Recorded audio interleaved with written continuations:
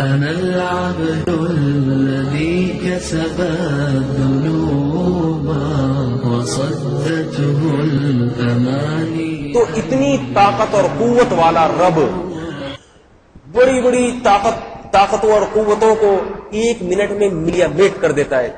اس میں تو میرے بھائی بڑا غضب ہونا چاہیے تھا. وہ تو اپنی نافرمانی ایک سیکنڈ کے لیے بھی برداشت نہیں کرتا. وہ کہتا ہے روٹی اسی کو دوں گا جو نماز پڑھے گا. جس نے ایک دن نماز کا ناغہ کیا اس سے روٹی چھین لوں گا میں.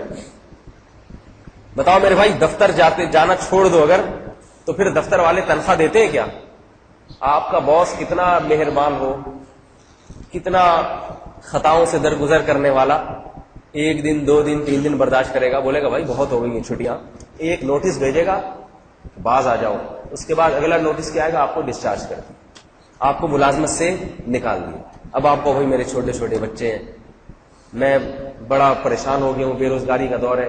وہ کہے گا بھائی اپنے آپ کو اتنی ہی اگر بے روزگاری ہے, اتنی غربت ہے, تو پابندی سے آتے رہتے, چھٹیاں نہ کرتے.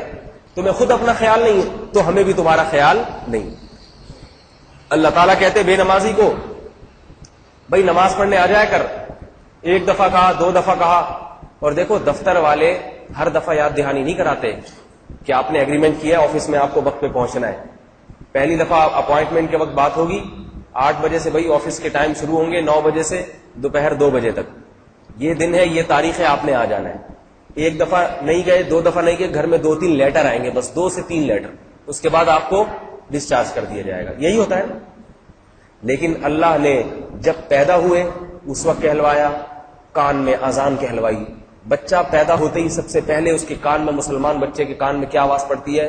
اللہ اکبر, اللہ اکبر, حی علی الصلاۃ, حی علی الفلاح. نماز اس کو یاد دلائی جاتی ہے. بلوغت سے پہلے وہ اذان کی آوازیں سنتا ہوا جوان ہوتا ہے. اللہ ہر دفعہ ہر نماز کے وقت یاد دلاتے ہیں, آ جاؤ. یہ نہیں کہ 1 دفعہ کہا تو بس ختم ہو گیا, بس اب خود ہی آ جایا کرنا, بس ہم نے تو بتا دیا. نہ نہ نہ, اللہ فرماتے ہیں تم اذان سنو یا نہ سنو. لوگ سنتے ہی نہیں اذان. آج کل یہ ایک بہت بڑی بدعت ہمارے معاشرے میں, اذان کوئی بھی نہیں سنتا, نہ دیندار, نہ بے دین, نہ مجاہد, نہ مدرسے میں پڑھنے والا, سب باتیں کر رہے ہوتے.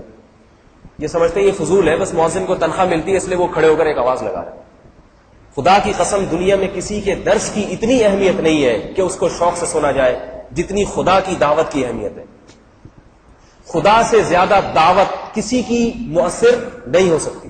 علماء نے لکھا ہے کہ آذان کے بعد امام یا مؤذن کے لیے جائز نہیں ہے کہ لاؤڈ اسپیکر پہ لوگوں کو نماز کے لیے بلائے. وہ اس کی وجہ یہ لکھی ہے کہ جو اللہ کی دعوت سن کے نہیں آیا وہ کسی اور کی دعوت سن کے نہیں آ سکتا. جس نے اللہ کی دعوت کا, مؤذن کی اپنی دعوت تو ہوتی نہیں, وہ تو اللہ کی دعوت نقل کر رہا ہے. وہ تو ایک آلہ ہے. جیسے اسپیکر سے آواز آ رہی ہے نا آپ کے کانوں میں, تو یہ اسپیکر تو ایک آلہ ہے جو میری آواز نقل کر کے آپ کے کان میں پہنچا رہی ہے. یہ اسپیکر, آپ یہ تھوڑی کہتے ہیں ہم نے آج لاؤڈ اسپیکر کا بڑا اچھا بیان سنا ہے, یہ تھوڑی کہتے ہیں آج مائک بہت اچھا بول رہا تھا.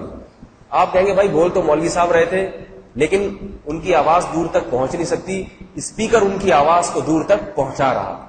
مؤذن کی اپنی آواز نہیں ہوتی, یہ اللہ کی آواز ہے. اور اللہ چونکہ بندوں سے خود ہم کلام نہیں ہوتا, اس لیے اللہ نے مؤذن کی ڈیوٹی لگائی ہے کہ میرا یہ دعوت ہے, تم نے 5 ٹائم اسپیکر آن کر کے زور سے لوگوں کے کان تک اس دعوت کو پہنچا دینا ہے. آگے تمہارا کام ختم. کوئی آتا ہے آنے دو, نہیں آتا تو زبردستی لانے کی اس کو ضرورت نہیں.